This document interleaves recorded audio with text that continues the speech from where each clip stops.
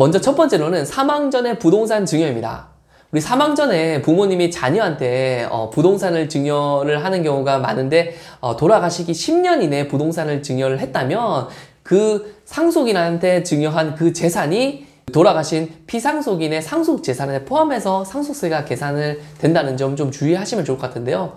또한 특히 이제 조심해야 할 게 형제 자매 가운데에서도 피상속인, 즉 돌아가신 아버지가 특별히 아끼고 사랑하는 자녀가 있어서 그 한 명한테만 증여를 하는 경우가 있는데, 나중에 그 형제들이 사실은 부모님이 돌아가시더라도 자녀 한 명한테 한 증여에 대해서는 나중에 거기에 해당하는 우리 몫을 다시 돌려달라 라고 하는 유류분 소송을 조금 준비해서 받아갈 수도 있으니까 이 부분도 좀 주의하시면 좋을 것 같고요.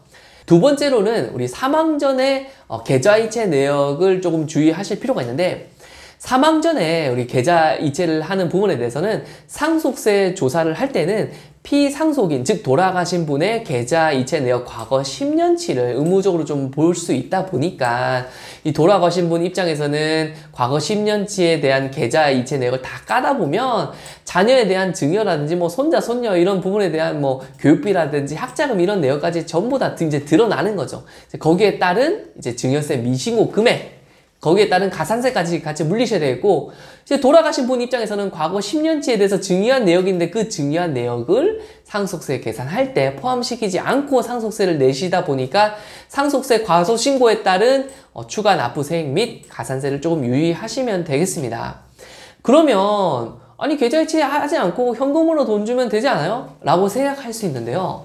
사실은 이 경우가 절세 한 수단으로 또 볼 수도 있어요. 자, 왜냐하면 우리 현금 인출을 통해서 아버지가 아들한테 돈을 주고 아들은 이걸 계좌에 넣었다고 한다면 이 금액이 추적이 되다 보니까 아버지가 아들한테 돈 뺏어주고 아들은 계좌에 넣었네, 이거 아버지가 아들에 대한 증여가 아니냐라고 생각할 수 있겠지만 아들이 사실 계좌에 넣지 않으면 이 돈이 어디 갔는지 알 수가 없잖아요. 자, 그런데 이제 그랬을 때 상속세 계산할 때 어떻게 계산하냐면, 돌아가신 아버지 입장에서는 1년 이내에 2억 이상, 2년 이내에 5억 이상의 현금 인출을 하게 되면 그 인출한 금액에 대해서도 추정 상속 재산으로 해서 상속세를 계산을 하도록 하고 있는데, 이 상속세를 계산할 때 이 계산 방법이 사실은 좀 절세 수단이 될 수 있어요. 자, 예를 들어서 아버지가 돌아가시기 1년 이내에 4억을 현금 인출했다고 제가 가정을 해볼게요.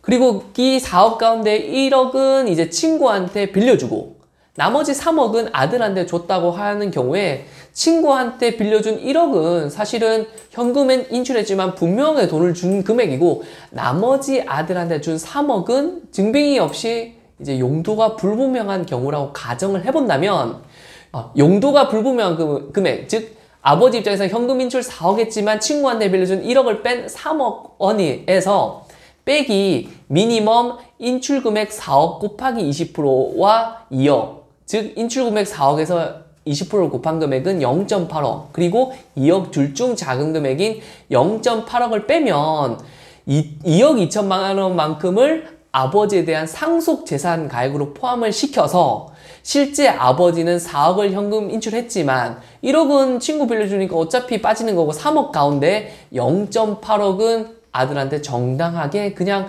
넘어갈 수 있다는 거죠. 2억 2천만 상속세에 과세하다 보니까. 자, 무슨 말인지 아시겠죠? 4억에 대해서 현금 인출한 부분을 전부 다 상속재산으로 가산하는 게 아니라 그 용도 불분명한 금액의 20% 그리고 2억 둘 중 작은 금액을 차감해서 상속재산에 가산한다는 점, 이 금액에 대해서 좀 절세 포인트가 있는 점은 챙기시면 좋을 것 같습니다. 우리 법인세, 소득세는 신고 납세 제도라고 해서 납세자가 이제 신고를 하면 세금을 납부할 의무가 이제 확정이 되는 제도인데, 상속세 증여세는 정부 확정 제도라고 해서 우리가 그 상속세 증여세를 신고한다고 그 세금을 납부할 의무가 생기는 게 아니라 정부에서 이 세금을 확정 지어줘야지 우리가 실제로 신고한 세금에 따라서 납세 의무가 확정이 되는 거죠. 즉 우리가 상속세 증여세를 신고하더라도 세무서에서 이거를 확인을 해줘서 야, 네가 신고한 게 맞다 라고 확인을 해줘야지 최종적으로 그 의무가 끝난다 라고 보시면 될 것 같아요. 그러다 보니까 상속세 증여세는 신고하더라도 무조건 끝나는 게 아니라 100% 세무서의 조사를 통해서 세금이 확정된다. 그러다 보니까 그 상속세 증여세 세무조사는 피할 수 없는 것이라고 보면 되는데요. 그렇다면 100% 이제 세무조사가 나오다 보니까 이런 경우에 내가 상속세 증여세에 대한 부분을 어떻게 잘 피해갈까, 어떻게 잘 해결할까를 좀 고민하면 좋을 것 같은데, 우선 상속세가 있는 경우라고 한다면 이제 10억까지는 이제 그 배우자가 살아있으면 비과세이고, 배우자가 없는 경우라고 한다면 이제 5억까지는 이제 상속세가 나오지 않다 보니까 상속재산이 그 이하 정도라고 한다면 별다른 걱정 없이 상속세 신고를 안 하거나 무시하는 경우가 종종 있으실 텐데요. 실무적으로 보니까 단순히 10억, 5억의 비과세를 따지다 보니까 과거 10년 이내에 과세관청에서는 계좌 이체 내역을 통한 증여 내역이라든지 보험금, 퇴직금 등의 간주 상속 재산 같은 걸 또 파악하고, 그리고 과거 1년 이내에 2억 이상, 2년 이내에 5억 이상 현금 인출 같은 걸 좀 파악을 하고, 이렇게 종합적으로 이제 과세관청에서 좀 따지다 보니까 단순히 남아있는 재산이 10억이라고 해서 뭐 비과세, 배우자가 없으면 5억까지 내가 재산이 있는데 그거 미달한다고 끝나는 게 아니라, 그런 여러 가지 상황들을 종합해서 그 말씀드린 10억, 5억의 한도를 넘어가서 이제 상속세가 나올 수도 있다 보니까 단순히 내가 돌아가신 분의 재산 자체만 놓고 볼 게 아니라 그 계좌 이체 내역, 보험금, 퇴직금, 나머지 뭐 현금 인출 내역까지 종합적으로 봐서 한번 상속세가 나오는지 안 나오는지를 좀 따지시고 신고를 하시는 게 리스크를 좀 줄이지 않을까 싶습니다. 먼저 고액현금 보고제도라는 부분을 우리가 조금 알아야 되는데요.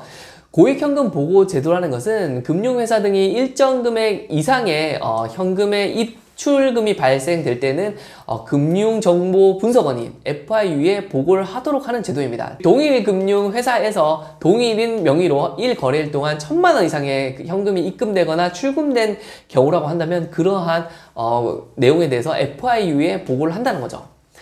자, 그러면 FIU에서 보고받은 금액을 무조건 이제 국세청에 보고하냐라는 것은 사실 좀 별개의 문제라고 좀 보시면 될 것 같아요.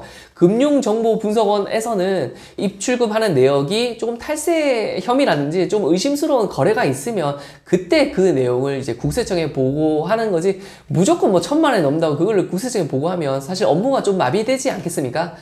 그러다 보니까 조금 의심스러운 거래를 이제 국세청에 보고한다. 반드시 1000만 원 넘는다고 국세청에 보고하지 않는다라는 부분을 먼저 좀 아시면 좋을 것 같고요. 자, 그러면 사람들은 동일한 금융회사가 아니라 여러 군데 나누어서 1000만 원을 뭐 출금하거나, 아니면 하루에 1000만 원이 아니라 좀 기간을 나누어서 출금하면 요런 거를 보고하지 않을까라고 좀 생각을 하시는 경우가 많은데요. 그 내용을 정확히 해당 법률의 좀 시행령을 좀 살펴보면 좋을 텐데, 이 내용의 법률 시행령을 구체적으로 살펴보면 해당 규정에서는 동일인의 명의로 하루 동안 1거래일 동안 금융거래 등에 영수하거나 합산한 금액의 합계액이 1000만 원 이상이면 요걸 이제 보고하도록 하고 있는데, 이때 그 합산한 금액에 있어서 100만 원 이내의 원화 송금은 조금 그 보고 의무를 면제하도록 하고 있습니다. 따라서 이제 이 내용을 정리하면 금융회사가 아니라 여러 군데 은행을 나누어서 1000만 원을 출금하거나, 아니면 며칠에 나누어서 1000만 원이 아니라 여러 기간을 나누어서 이제 그 금액을 출금하도록 한다면 은행에서는 사실 금융정보분석원에 보고할 의무는 없죠. 다만 하루에 여러 번 나누어서 출금하는 금액 자체가 이제 1000만 원이 넘는 경우에는 이걸 이제 금융정보분석원에 보고하도록 하고 있기 때문에 그 부분은 조금 참고로 하시면 좋을 것 같습니다. 자, 그래서 정리하자면 금융기관에서 동일인 계좌에서 1000만 원 이상의 현금 인출이 이루어진다면 그 은행에서는 금융정보분석원에 보고할 의무가 있다. 하지만 그 모든 거래가 금융거래분석원에서 국세청으로 보고되지 않고 의심스러운 이상거래만 보고가 되기 때문에 국세청은 알 수 있다라는 거고, 1000만 원 이하의 거래는 은행에서 금융정보분석원의 보고 자체를 하지 않기 때문에 국세청에서 의심스러운 거래 내역으로 파악이 된다면 은행에 별도의 계좌이체 내역을 요구한다라고 보시면 될 것 같습니다.